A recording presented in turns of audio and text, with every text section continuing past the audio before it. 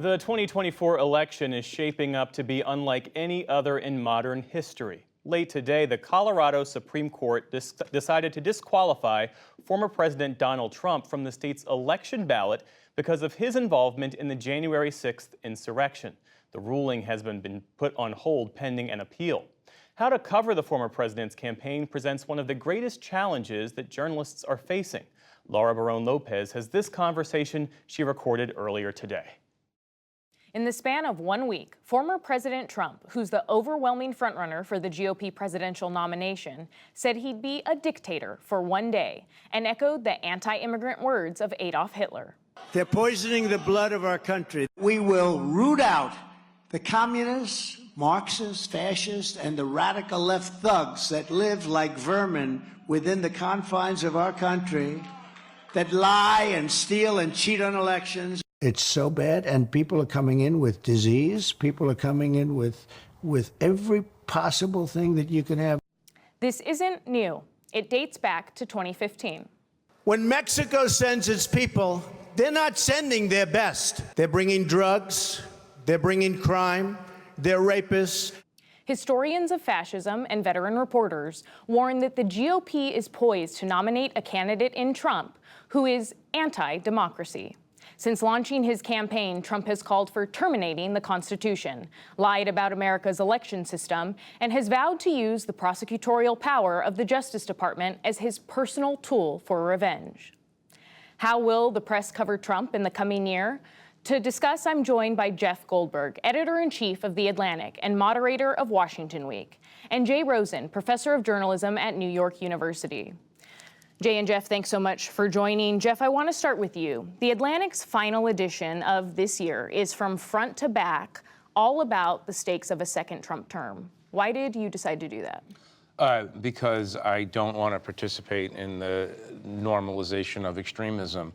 And I thought it would be important before the primary season starts to put in one place, one package, right, a reminder to people of all of the different manifestations of Trump ideology and Trumpism as a kind of a warning. And what I did was we asked a whole group of our writers, many of whom have been covering Trump since 2015 at least, I asked them to simply tell me what you think will happen the second time around, right? It's not totally predictive because Trump says things out loud. He's telling us that he is an authoritarian. He's telling us that he's going to have a revenge He's telling us all these things.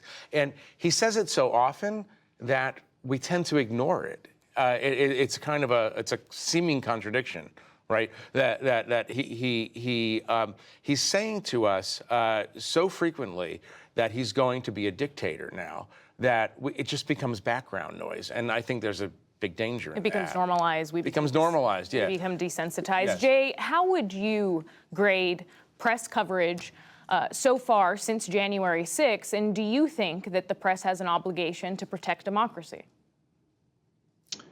Well, I think it started out as business as usual, where the horse race perspective on politics was alive and well. And it's shifted recently to something that is a lot more productive.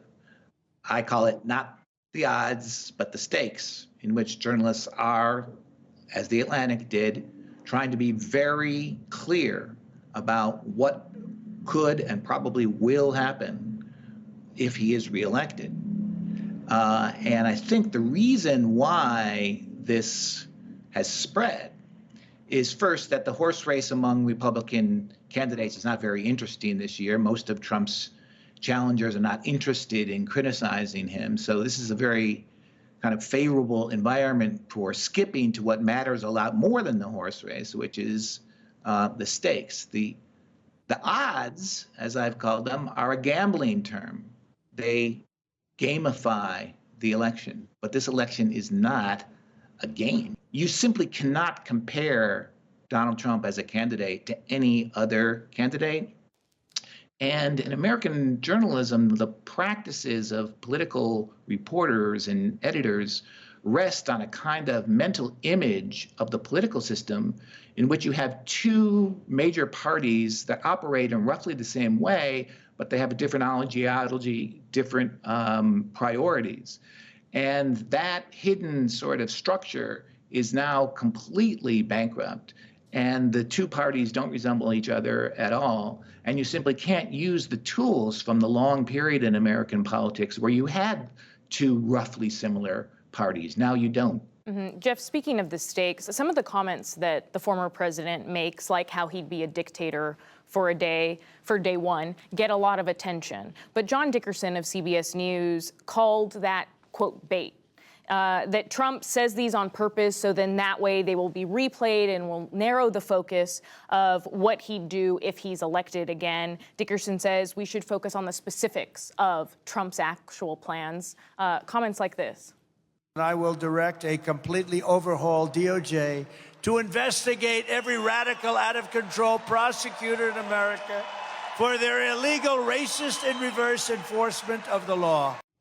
Do you agree with Dickerson? I mean, how should the press cover Trump's rhetoric versus his actual plans? It's yes, and we can do two things at once. We can cover the outrageous authoritarian language, which of course leads you to the policy.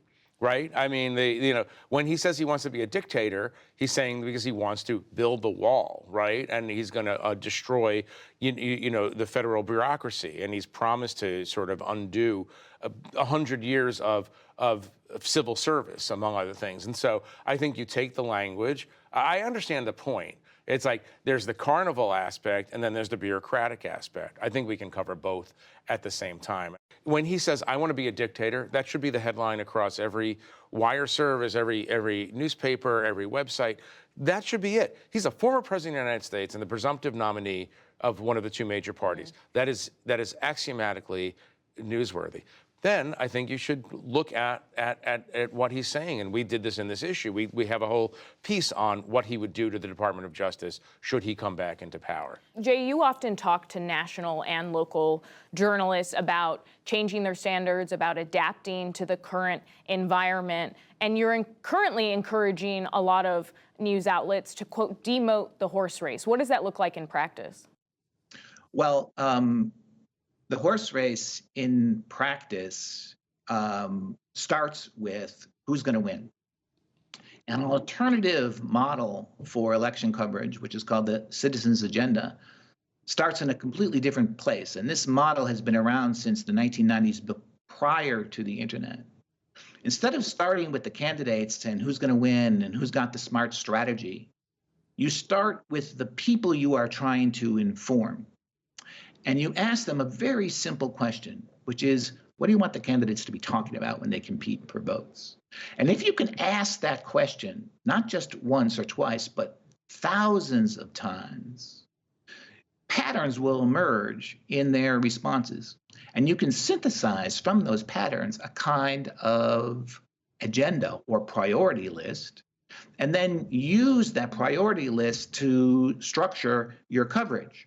So you know where to put your reporting resources in. And that brings journalists back in touch with the publics that they're supposed to inform.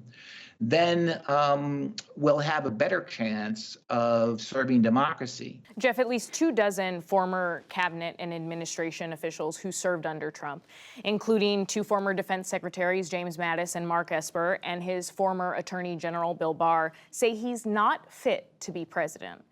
But still, in a recent Fox News poll, 3 in 10, 30% of Trump 2020 supporters said a president breaking some rules and laws is justified to set things right. How is it that a sizable portion of the public doesn't view Trump the way a significant number of the people who worked with him, who knew him well, do? If I had the answer to that, I'd be a political consultant and not a magazine editor. I don't know. It's incredibly disturbing. Remember, the disturbing or destabilizing aspect of the Trump period in American history is that the normal laws of political physics don't seem to apply within the Trump ecosystem, right?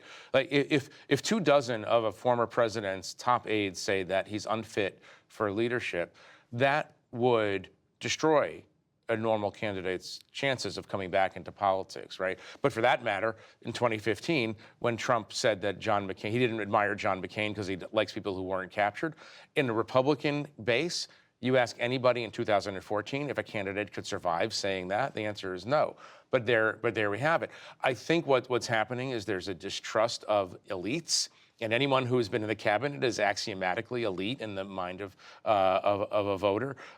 There's a mistrust of general authority. There's a mistrust, and by the way, this is fomented very much on purpose. It's not like it grew organically. This is created, this paranoia. And there's an exploitation of resentment.